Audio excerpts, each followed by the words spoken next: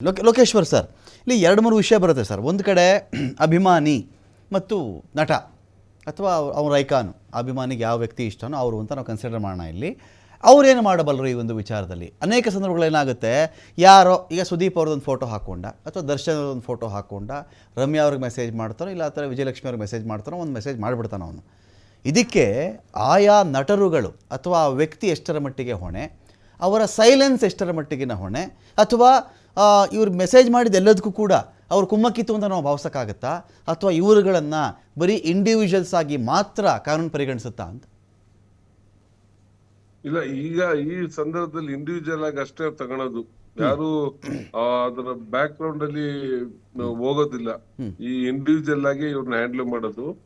ಈಗ ಎಲ್ಲಾ ಪ್ರಕರಣದಲ್ಲೂ ಅದೇ ರೀತಿ. ಇದು ಇವತ್ತಿನ ಬರೀ ಫಿಲಂ ಫೀಲ್ಡ್ ಇವತ್ತಿಗಿಂತಲ್ಲ, ಹಿಂದೆ ನಾಟಕಗಳು ಹಳ್ಳಿಗಳಲ್ಲಿ ರಾವಣನ್ ಪಾತ್ರ ಮಾಡಿದ್ರೆ, ದುಶ್ಯಾಸನನ್ ಪಾತ್ರ ಮಾಡಿದ್ರೆ ಅವನ ನೋಡ್ತಿದ್ದ ರೀತಿನೇ ಬೇರೆ ಜನ ಹಳ್ಳಿಗಳಲ್ಲಿ. ಅವನನ್ನ ಏನು ಗೌರವಾಗಿ ನೋಡಕ್ ಇಷ್ಟ ಪಡ್ತಿರ್ಲಿಲ್ಲ.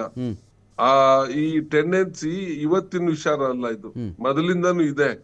ಆದ್ರೆ ಈಗ ಈ ಸೋಷಿಯಲ್ ಮೀಡಿಯಾ ಜಾಸ್ತಿ ಆದ್ಮೇಲೆ ಜನಕ್ಕೆ ಕೂತಿತ್ತಲ್ಲೇ ಎಲ್ಲದಕ್ಕೂ ರಿಪ್ಲೈ ಮಾಡ್ಬೋದು, ಎಲ್ಲದಕ್ಕೂ ಕಾಮೆಂಟ್ ಮಾಡ್ಬೋದು ಅನ್ನೋದು ಸುಲಭ ಆಗಿರೋದ್ರಿಂದ ಒಂದು ಕಾಮೆಂಟ್ ಹಾಕ್ಬಿಡೋದು, ಏನಾಗುತ್ತೆ ನೋಡೋಣ ಅಂತ.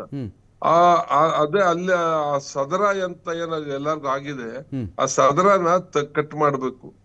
ಇದು ಮುಟ್ಟಿದ್ರೆ ಸಾಕು ಕಷ್ಟ ಆಗುತ್ತೆ ಅನ್ನೋ ಭಯ ಬರೋ ಹಾಗೆ ಮಾಡಲೇಬೇಕಾಗುತ್ತೆ. ಮತ್ತೆ ಜವಾಬ್ದಾರಿ ಫಿಕ್ಸ್ ಮಾಡೋದು, ಸದ್ಯಕ್ಕೆ ಚೈನ್ ಲಿಂಕ್ ಅಲ್ಲಿ ಹೋಗಕ್ಕಾಗಲ್ಲ ನಾವು. ಅವನ್ಗೆ ನಾವು ಹಿಡ್ಕೊಂಡು ಅವ್ನ್ ನಿನ್ಗೆ ಯಾರು ಹೇಳಿದ್ರು, ನನ್ಗೆ ದರ್ಶನ್ ಹೇಳಿದ್ರು, ಸುದೀಪ್ ಹೇಳಿದ್ರು ಅಂತ ಅವ್ನ ಸಮಯ ಹೇಳಿದ್ರು ಅವನಿಗೆ ಸುದೀಪ್ ದರ್ಶನ್ ಸಂಪರ್ಕ ಯಾವ ಮಟ್ಟಕ್ಕೆ ಇದೆ ಇಲ್ಲ ಅನ್ನೋದು ವೆರಿಫೈ ಆಗುತ್ತೆ.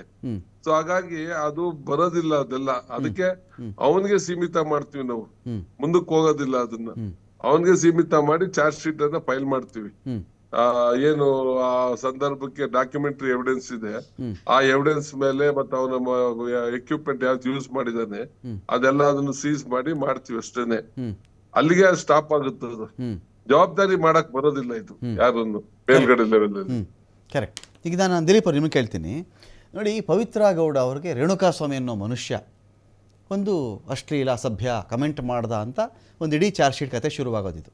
ಈ ರೇಣುಕಾಸ್ವಾಮಿ ಮರ್ಡರ್ ಕೇಸಲ್ಲಿ ಅಶ್ಲೀಲ ಮೆಸೇಜ್ ಮಾಡ್ತಿದ್ದ, ಅವ್ನು ಯಾರು ಅಂತ ಪತ್ತೆ ಹಚ್ಚಿರಿ ಅಂತ ಇವ್ರು ಹೇಳಿದ್ರು. ಪತ್ತೆ ಹಚ್ಕೊಂಡು ಹೋಗಿ ಅವನ್ನ ಕರ್ಕೊಬಂದರು, ಹೊಡೆದ್ರು, ಕಿಡ್ನಾಪ್ ಮಾಡಿದ್ರು, ಇಲ್ಲಿ ಬಂದು ಸಾಯಿಸ್ಬಿಟ್ಟು ಬಾಡಿನ ಬಿಸಾಕ್ಬಿಟ್ರು ಅಂತ ಹೇಳಿ ಪವಿತ್ರ ಗೌಡ ಅವ್ರಿಗೆ ಶುರುವಾಗಿದ್ದೇ ಇದೊಂದು ಮೆಸೇಜಿಂದ. ಇಡೀ ಕಥೆ ಯಾರನ್ನ ಇದೇ ದರ್ಶನ್ ಅವ್ರು ಇವರು ಆರಾಧನೆ ಮಾಡ್ತಾ ಇದ್ರು, ಅದೇ ರೇಣುಕಾಸ್ವಾಮಿನೇ, ಅದೇ ಫ್ಯಾನ್ಸ್ ಅಸೋಸಿಯೇಷನ್ ಸಂಘದವರೇ, ಅದೇ ಅಧ್ಯಕ್ಷನೇ ಇವತ್ತಿಗೆ ಎಲ್ಲಿದ್ದಾರೆ ಅಂದರೆ ಪರತ್ನಗ್ರಹಾರದಲ್ಲಿ ಇದ್ದಾರೆ. ಒಂದು ಬೆಡ್ಶೀಟ್ ಕೊಡಿ, ದಿಂಬು ಕೊಡಿ ಅಂತ ಹೇಳಿ. ಇವತ್ತು ನೋಡಿದ್ರೆ ದರ್ಶನ್ ಅವರ ಪತ್ನಿಯವರೆಗೂ ಇಲ್ಲಿ ಈ ಕಥೆ ಬರ್ತಾ ಇದೆಯಲ್ಲ, ಇದು ಈಗ ಪತ್ನಿಯವ್ರಿಗೆ ಈ ಥರದ್ದೆಲ್ಲ ಮೆಸೇಜ್ಗಳು. ಆ ಮನುಷ್ಯ ಜೈಲಲ್ಲಿರಬೇಕಾದ್ರೆ ಹೌದು. ಇವಾಗ ಯಾವುದೇ ಒಬ್ಬ ವ್ಯಕ್ತಿ ಏನೇನು ಕಾಮೆಂಟ್ ಮಾಡಿದಾನೆ ಯಾರೂ ಕೂಡ ಎದುರುಗಡೆ ಬಂದು ಮಾಡಲ್ಲ. ಅದನ್ನೇ ಯಾರು ಕೂಡ ಮಾಡಲ್ಲ. ಇವಾಗ ಇವೆಲ್ಲ ಅಕೌಂಟ್ಸ್ ಇವಾಗಲೂ ಕೂಡ ನಮ್ಮಲ್ಲಿ ಏನು 323, 504, 506 ಕೇಸ್ಗಳು ಬರ್ತವೆ. ಎದುರುಗಡೆ ಅಮ್ಮಂಗೋ ಅಕ್ಕಂಗೋ ಬೈದಿರ್ತಾನೆ, ಇಮಿಡಿಯೇಟ್ ಹೊಡೆದಾಟ ಶುರು ಆಗುತ್ತೆ, ಇಬ್ಬರಲ್ಲೂ ಹೊಡೆದಾಡ್ತಾರೆ, ಪೊಲೀಸ್ ಸ್ಟೇಷನ್ಗೆ ಹೋಗ್ತಾರೆ, ಕಂಪ್ಲೇಂಟ್ ಆಗುತ್ತೆ, FIR ಆಗುತ್ತೆ, ಅರೆಸ್ಟ್ ಮಾಡ್ತಾರೆ, ಪ್ರೊಡ್ಯೂಸ್ ಮಾಡ್ತಾರೆ, ಇಲ್ಲ ಸ್ಟೇಷನ್ ಬೇಲ್ ಕಳಿಸ್ತಾರೆ. So intense of the offence ನೋಡ್ಬಿಟ್ಟು. ಸೊ ಒಬ್ಬ ವ್ಯಕ್ತಿಗೆ ಎದುರುಗಡೆ ನಿಂತಾಗ ಆಗ್ತಕ್ಕಂತಹ ಏನು ರಿಯಾಕ್ಷನ್ ಇದೆಯಲ್ಲ, ಅದು ತುಂಬ ಘೋರವಾಗಿರುತ್ತೆ. ಅದೇ ಕುತ್ಕೊಂಡು ನಾನೆಲ್ಲೋ ಮೂಲೆಯಲ್ಲಿ ಮೆಸೇಜ್ ಮಾಡಿದರೆ, ಸೊ ಈ ಡಿಫ್ರೆನ್ಸ್ ಇದೆಯಲ್ಲ, ಎದುರುಗಡೆ ಮಾತಾಡ್ಲಿಕ್ಕೂ ಮತ್ತೆ ನಾನು ಎಲ್ಲೋ ಒಂದು ಮೂಲೆಯಲ್ಲಿ ಯಾವುದೋ ಒಂದು ರಾಜ್ಯದ ಯಾವುದೋ ಒಂದು ಜಿಲ್ಲೆಯ ಒಂದು ಹಳ್ಳಿ ಮೂಲೆಯಲ್ಲಿ ಕುತ್ಕೊಂಡು ನಾನು ಟೈಪ್ ಮಾಡ್ತೀನಲ್ಲ, ಆ ಡಿಫ್ರೆನ್ಸ್ ಗೊತ್ತಾಗ್ಬಿಡುತ್ತೆ. ಆ ಡಿಫ್ರೆನ್ಸಿಂದನೇ, ಆ ಸದರದಿಂದನೇ ಈ ರೀತಿ ಮಾಡ್ತಾ ಇದ್ದಾರೆ ಅಂದರೆ ಮೆಸೇಜ್ಗಳು. ಸೊ ಅದು ಹೋಗಬೇಕು ಮನಸ್ಸಿಂದ. Okay, fine. Thank you so much Dilip ಅವರೇ. Thank you so much Lokeshwar sir. ಇನ್ನು ಮುಂದಾದರೂ ಕೂಡ ಅಜಿತ್ ಅವರು ಮಾತಾಡ್ತಾ ಇದ್ದಾರಲ್ಲ, ಬಹಳ ಅರ್ಥಪೂರ್ಣವಾದಂಥ ಮಾತುಗಳು.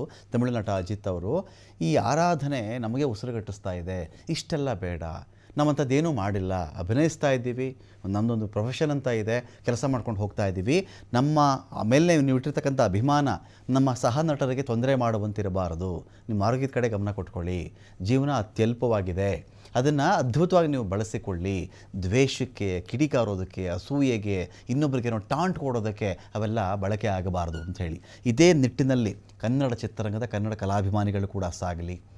ಅವರವರ ಹೀರೋ ಅವರವ್ರಿಗೆ ಹೆಚ್ಚು ನಿಜ ಅಭಿಮಾನ ಇಟ್ಕೊಳ್ಳಿ. ಆದರೆ ಇನ್ನೊಬ್ಬರ ಮೇಲಿನ ದ್ವೇಷದ ತೀವ್ರತೆಯನ್ನು ತೋರಿಸುವುದರಲ್ಲಿ ನಿಮ್ಮ ಅಭಿಮಾನ ಅಡಗಬಾರ್ದು. ರಾಂಗ್ ಅದು. ಅವ್ರನ್ನ ಎಷ್ಟನ್ನ ಪ್ರೀತಿ ಮಾಡ್ಕೊಳ್ಳಿ, ಎಷ್ಟಾದರೂ ಹೊಗಳ್ಕೊಳ್ಳಿ ನೀವು ಅವರನ್ನು. ಅದ್ಭುತ ಸಿನಿಮಾನ ಹಿಟ್ ಮಾಡಿ, ಸೂಪರ್ ಹಿಟ್ ಮಾಡಿ, ಇನ್ನೊಬ್ಬನ ತೆಗಳೋ ಮೂಲಕ, ಸೊಂಟದ ಕೆಳಗಿನ ಭಾಷೆ ಬಳಸೋ ಮೂಲಕ, ಹೆಣ್ಣು ಮಕ್ಕಳಿಗೆ ಏನೇನೋ ಮಾತಾಡೋದ್ರ ಮೂಲಕವಾಗಿ ಇದ್ಯಾವುದೂ ವ್ಯಕ್ತ ಆಗದೇ ಇರಲಿ. ಹಾಗೊಂದು ವೇಳೆ ಅದು ಆಗಬಿಟ್ರೆ ಕಾನೂನು ವ್ಯಾಪ್ತಿಗೆ ಬಂದು ಜೈಲಿಗೆ ಹೋಗೋರು ನೀವೇ ಅಂತ ಹೇಳ್ತಾ ಡಿಬೇಟ್ ಮುಗಿಸ್ತಾ ಇದ್ದೀನಿ. ನಮಸ್ಕಾರ.